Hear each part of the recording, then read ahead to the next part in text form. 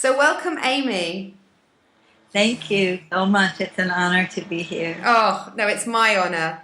You know, your work means a lot, and I'm absolutely grateful to have you here. So, could you start off by saying a little bit about what it is that you do that you love? Sure. I love everything I do.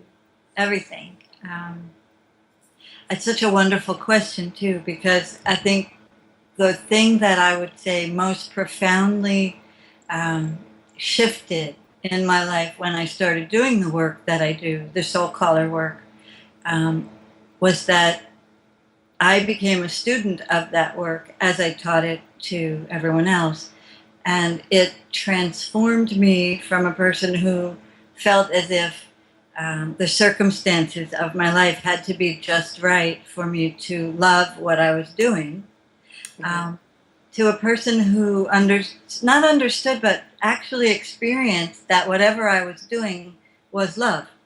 And so when you ask that question, it's such a great, great question for me because I get to say, well, I love doing everything because everything is love. And it sounds so like a canned response, but it's actually not actually how I see and experience the world now. So even when I'm working with my mom, who's suffering right now terribly, she hurt her spine and she's 84 years old and she's struggling with pain, constant pain.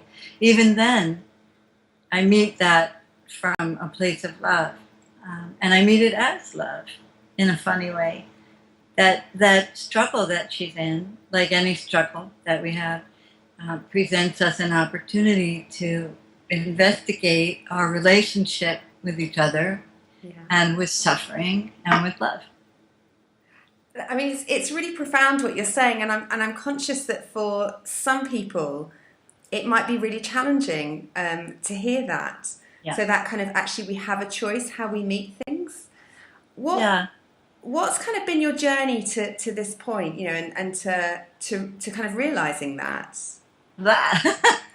um, uh, Well, yeah, first we do have a choice.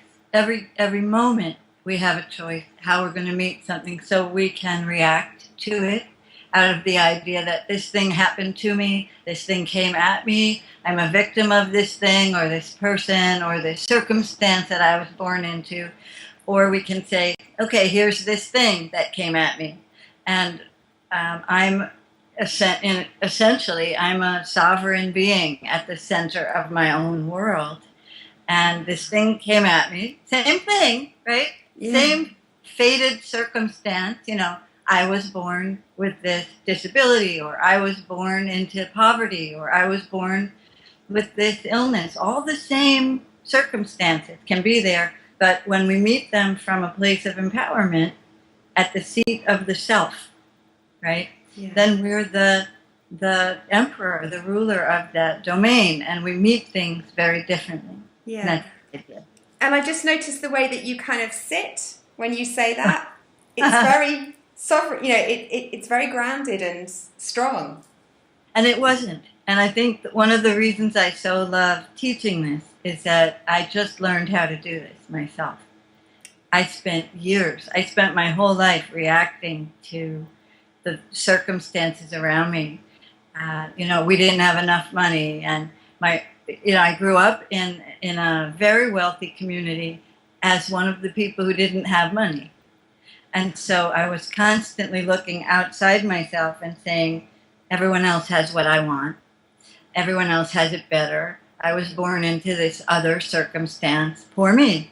And I was constantly envious and angry about it, blaming my parents. And I told you before the interview was recorded, I acted out a lot as a kid. I really did. And got in some trouble out of that reacting to my circumstances. I stole things. Luckily I didn't get caught, because I would tell myself as I had this good person inside, right, who was stealing things, and how I reconciled that was I told myself the story of, you deserve it.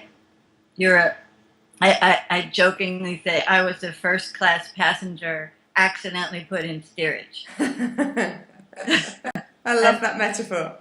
Yeah, on the ship of life. Yeah. But people can get really caught in the story of, where they land and never climb out and take a look that there's this whole other world out there that's also available. Yeah. We're not stuck in our story. And you asked me a different question. You asked me, how did I get here? Yeah, because I'm curious about what the catalyst was for you, because some people will go through their whole lives in the story, and others have these kind of broken open moments or awakenings. What was the kind of catalyst for you? Okay, well, so I thought I was really spiritual, and at the time when the breaking open moment happened, I worked for a national women's magazine, great big magazine in the United States. I'm not allowed to say the title, so forgive me. It's okay. But one of the top-selling magazines in the world, and I had this great job. I had a column writing about angels, and so every day I would go to work, 5 days a week, and I would read a big pile of stories about miracles. And I was literally mainlining light, like it was coming in through my veins, through my pores. And I began to have this transformational experience where I started to see that the stories people were sending, our readers were sending us stories, hundreds and hundreds of stories a month. I've read over 10,000 stories now about this. Wow. And I sat in the seat the first day, and I didn't believe in angels. I was spiritual, but I thought, angels are just a metaphor. But now I started to have the sense that this was real.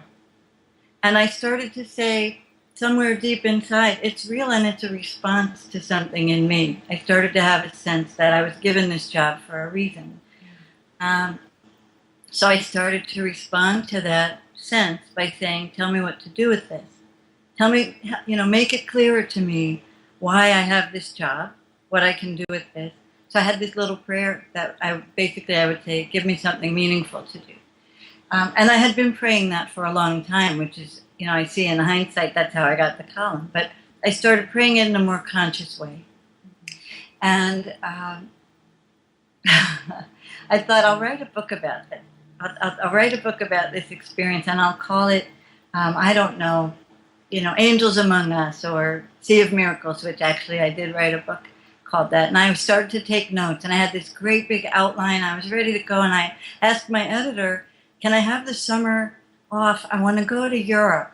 This was my big idea. I'm going to go to Europe, to Paris, where I went as a student. I lived there, and I wanted to go back there, away from the distractions of my family life, and write this book in 3 months, 2 months' time, and then come back and return to my job. And if I put enough columns in ahead of time, can I go? And they all said yes, and I had it all set up, and I had a place to stay, and I had that all lined up, deposit ready to go, and I had my plane ticket ready to go. And the next day, as I was about to make all these plans, the prayer that I had asked, give me something meaningful to do, and make it, the rest of the prayer was, and please make it about more than just me. The prayer was answered. My father fell, and he needed to go into a hospital situation. And I was called to make a choice. You're going to go to Paris and write this book and be this spiritual teacher and be really special, or you're going to take care of your father. And so I took care of my father. But not easily, with a lot of tears and outrage and anger. Yeah. And for the next 2 years, I was dragged through the story of nursing homes and hospitals in the United States, and insufficient money and health care and Medicare and all that. And I was also dragged through my father's story of suffering and my own inability to meet that with anything but outrage.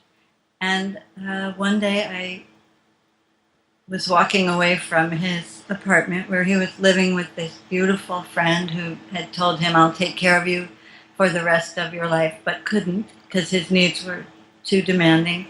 And I had just heard that news, and I was walking away in tears, and this light found me, and something inside of me responded, and I knew I was being told something. And the information was This is the work. Mm. The work you're meant to be doing.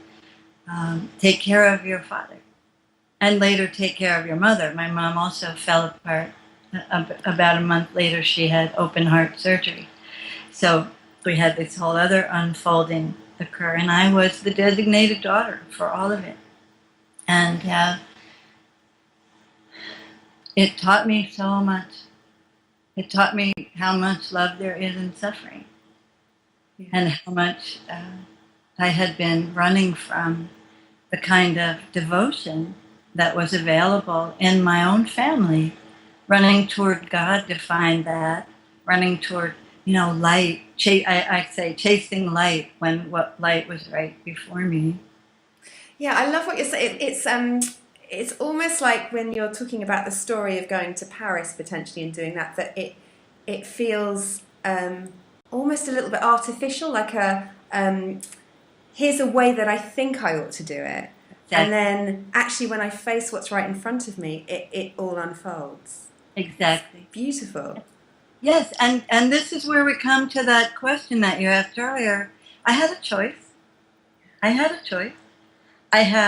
could have allowed my parents, which I talked about a lot with my husband, right? Yeah. He actually gave me the greatest wisdom that this whole situation has been sort of built on, which I'll share. But I had a choice. In that moment. Will I go to Paris, or will I take care of my father and then my mother a month later? My husband said to me, when this is all over, because it will end, and they'll go to heaven, and you'll be done with this story, and you'll be back in your own story. How do you want to feel about who you were when it was happening? Who do you want to have been when it's over? And I stepped right into the center of myself. That question just pushed me right. It just aligned me instantly with the truth of who I am. I'm a person who doesn't abandon people. Yeah. There's a word that comes up for me, which is brave. As everything in you say, just there's a braveness to you. Like you can, to move from outrage to love in meeting things, that's a significant journey. It was big, but it was momentary. It happened instantaneously in the driveway of my father's apartment complex where he was staying. And the other things that were going on at the same time were just sort of building this. So if it was a movie, maybe one day it will be a movie if I ever have time to write it. I actually have an outline for a book called The Year I Didn't Go to Paris. Oh, cool. And what I learned, instead about devotion. That's a long title. But at the same time, my mother and father were getting a divorce because in the healthcare system in the U.S., you can't have any assets and go into a nursing home, or they'll just take all that. Yeah. And my mom needed something to live on, right?